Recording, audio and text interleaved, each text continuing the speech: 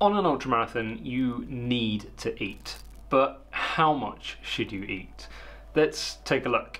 Oh, and bear with me on this one because it might get a bit nerdy. So first of all, when we run, we expend energy which burns calories.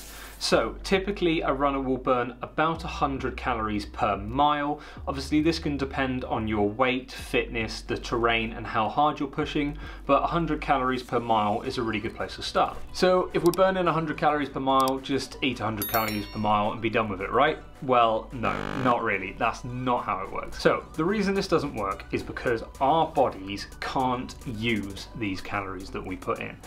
If you ate 100 calories per mile, when let's say you're averaging 10 minutes per mile, that would be 600 calories per hour.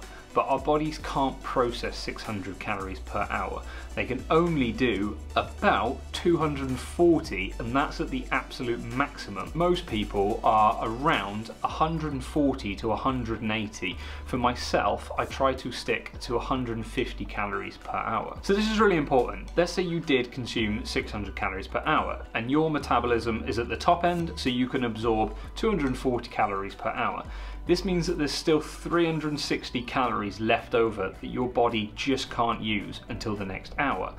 However, if we just keep building this up, our digestive system is going to struggle. When we run, we send blood to the working muscles. So we're going to send blood to our legs, which means less goes to our digestive system, so it's less efficient. This is why people can have issues where they start to be sick on an ultramarathon, because they're forcing their digestive system to work, but it hasn't got the blood to do it.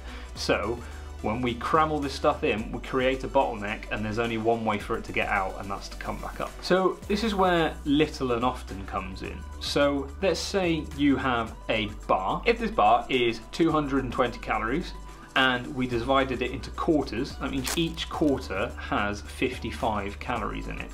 If you ate a quarter of this bar every 20 minutes, that means that in 1 hour you would consume 165 calories. So if we're aiming for 160 calories, 165 is not bad. If you were using these bars for an entire race and you kept dividing them up into quarters and just eating one every 20 minutes, that means every hour you would eat 165 calories, which would be bang on what you want.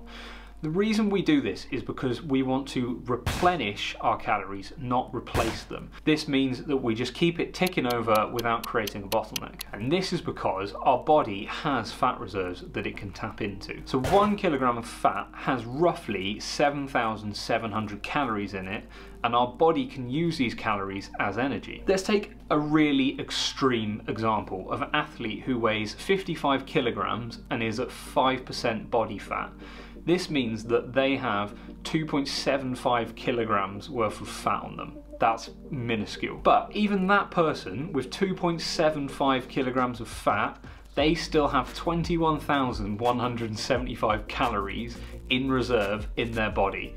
If we go back to the idea of burning roughly 100 calories per mile, this means that they have 211.75 miles in the tank without consuming any more calories. Now, that works on paper. It doesn't necessarily work in reality, because pushing yourself that depleted would be extremely difficult. But what this does show is that eating a little bit less may be better, because we do have these reserves.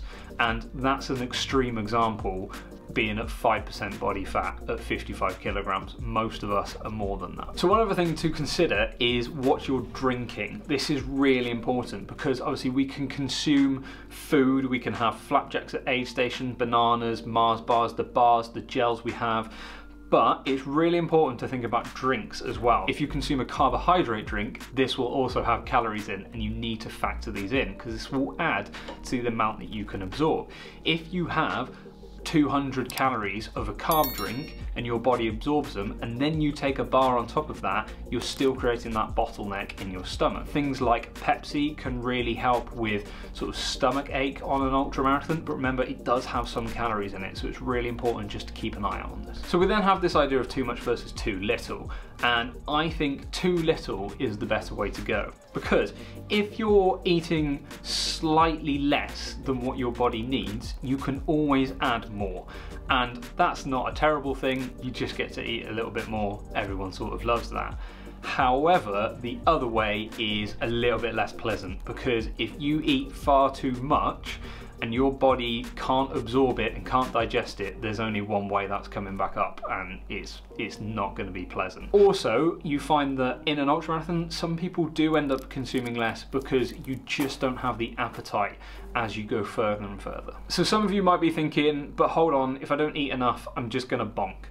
So this is possible. However, if we go back to the sort of analogy of our athlete who was 55 kilograms, he had enough fat reserves that his body could keep going, and you will too. The good thing is because you've gone with less, you can just use this method of maybe upping your calories a little bit for an hour or two, just to sort of bring yourself back, and this will help. It's all about sort of evaluating as you go. But if you stay on the lower side, try to avoid bonking. If you do start to, you can replenish those. Okay, so that sort of covers in the race, but what about before the race? So this can be really important.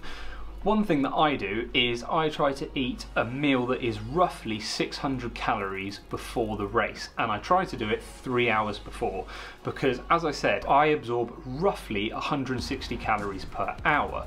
So if I eat 600 calories 3 hours before, I'm going to absorb these calories over those 3 hours and a little bit into the first hour of the race, and this is really useful for me.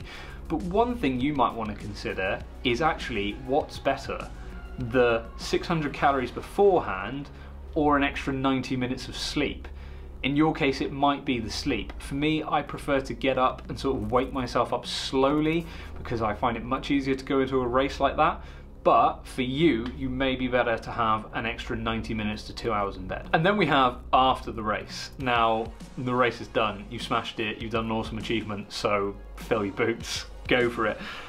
Obviously, you might not be feeling like it. I actually find that when I get to the end of the races, I am not super hungry. Most people think you can eat a horse, but yeah, I really can't often.